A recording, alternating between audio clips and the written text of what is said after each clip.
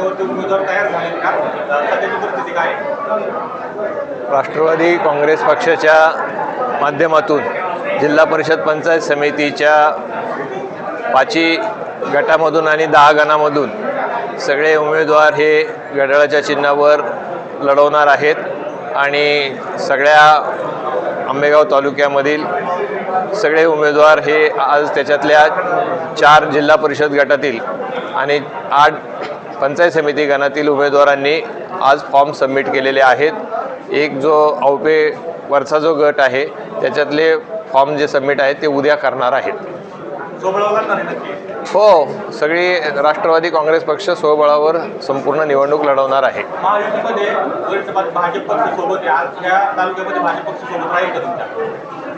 अजून त्याच्याबद्दलचा निर्णय झालेला नाही, परंतु आता आमची तरी जे ठरलेलं आहे ते राष्ट्रवादी काँग्रेस पक्ष सगळ्या ठिकाणी स्वबळावर निवडणूक लढवत आहे।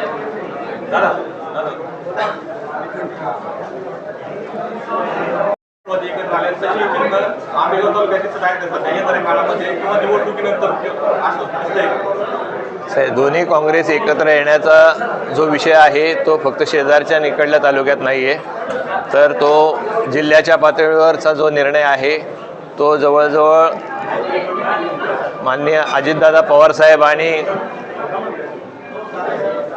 शरदचंद्रजी पवारसाहेब यांच्या माध्यमातून तो झालेला आहे आणि त्याच्यातल्या जे काही बाकीच्या काही अडचणी आहेत त्या नजीकच्या काळामध्ये सुटून दोन्ही काँग्रेस पक्ष एकत्रच असणार आहेत हे चिन्ह सगळ्या महाराष्ट्राला दिसेल।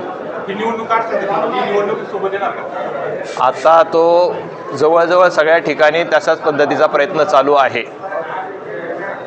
भारतीय जनता पार्टी सोबत नक्की होईल का तुमचं महायुतीमधला पक्ष?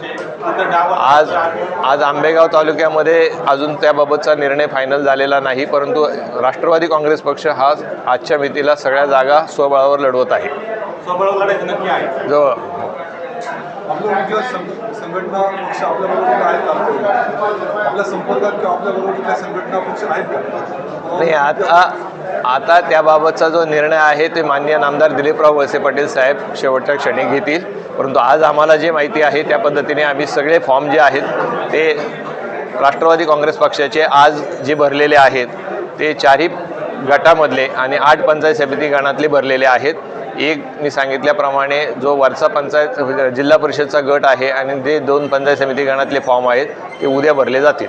आंबेगाव तालुक्यामध्ये सर्व पक्ष आता एकत्र आलेले आहेत, एकमुखी ताकद राष्ट्रवादी घड्याळाच्या विरुद्ध उभी राहिलेली आहे, आव्हान वाटतं का तुम्हाला? नाही, एवढे वर्ष 35 वर्ष नामदार वळसे पाटील साहेबांचा या तालुक्यावर असलेला कामाचा जो आलेख आहे त्याच्यामध्ये ह्या तालुक्यातील जनता सुज्ञ आहे आणि तालुक्यातील जनता नामदार वळसे पाटील साहेबांनी जे उमेदवार दिलेले आहेत त्यांच्या पाठीमागे भक्कमपणाने उभे राहून सर्वच्या सर्व उमेदवार निवडून आले।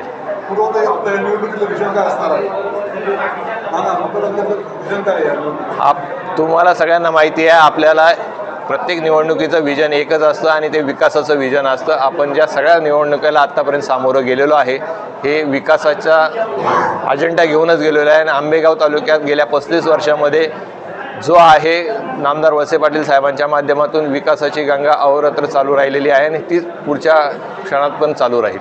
आपल्या पक्षात शिवाजीराव आढळराव पाटील अजून त्यांच्या कार्यकर्त्याला कोणते सांगितलं नाही काय काम करा किंवा ते जर कुठंतरी आज्ञाधार दिसतं ते काय त्याच्याबद्दल काय? असं काही नाही, सगळे कार्यकर्ते बरोबर आहेत। शिवाजीराव आढळराव सुद्धा राष्ट्रवादी काँग्रेसमध्ये आहेत। अजून पुढे दिसत नाही प्रचारामध्ये? नाही, ते सगळे आहेत। प्रचाराला सुरुवातच झाली नाही। आता काय साहेब दादा असतील किंवा साहेब असतील काय फॉर्म भरायला येत नाहीत, आम्ही सगळे कार्यकर्तेच येतो। ज्यावेळेस प्रचाराच्या सभा होतील त्यावेळेस येतील। सोबत आहेत ना। हां।